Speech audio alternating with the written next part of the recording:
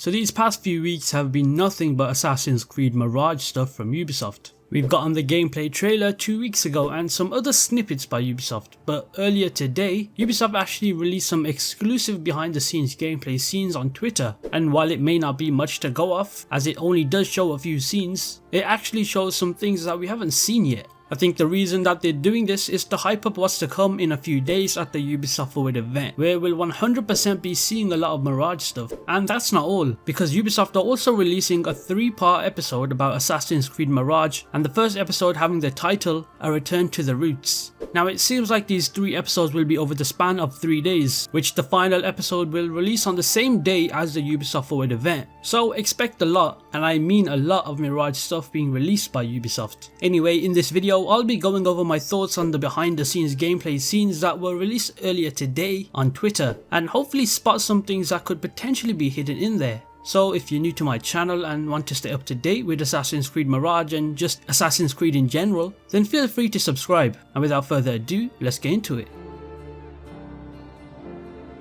Now the beginning of this video just introduces us to Basim, who we already know, and right here is where we get the first scene of gameplay. Now at first it may not be much to look at, and you're right, but let's address the elephant in the room first of all. Look at the size of that damn icon. Now of course that's definitely an accessibility feature, and the developers have for some reason turned it on to the largest size to most likely just showcase it to us, I guess, but who knows. Okay, now that the elephant has been addressed, let's take a look at that HUD at the top of the screen. Now of course it does look exactly like Valhalla, which honestly I expected. After all, Assassin's Creed Mirage was supposed to be the DLC for Valhalla, but they did turn it into an exclusive game. Now there's 3 icons on the compass at the top of the screen, and let's start with the first one, which to me, I have no idea what it is. It looks like it could potentially be the main quest icon or a side quest icon, but with this Twitter quality that they've uploaded it on, it's hard to tell. But the second icon is definitely some sort of collectible.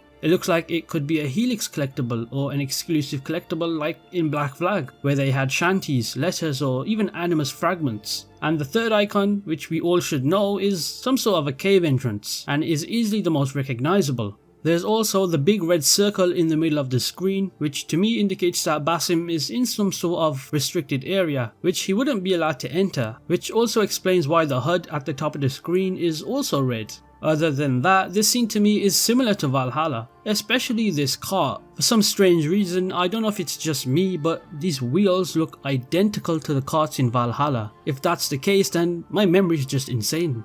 Now if we forward it a bit to the second exclusive gameplay scene, we can see Basim doing a bit of parkour.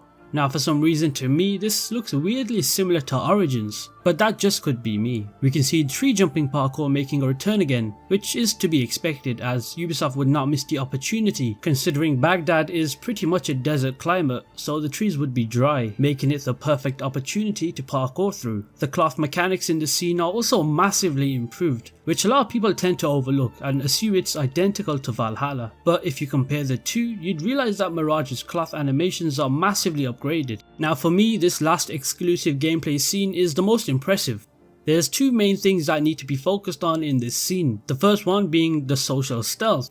Now we know social stealth is going to be a thing in Mirage, as one of Ubisoft's main focus with Assassin's Creed Mirage was to bring back stealth that we all know from the earlier Assassin's Creed games, and that's exactly what they did. We can see an opportunity for Basim to engage in social blending, which is what Assassin's Creed Valhalla called this term. Now again, just like the first gameplay scene I talked about, I do hope these ridiculously large white outlines are just what the developers turned on in the accessibility settings, because oh boy are they big. Hopefully this is not the case though, and we can make these outlines a bit smaller, because I don't know about you, but these outlines seem a bit tedious.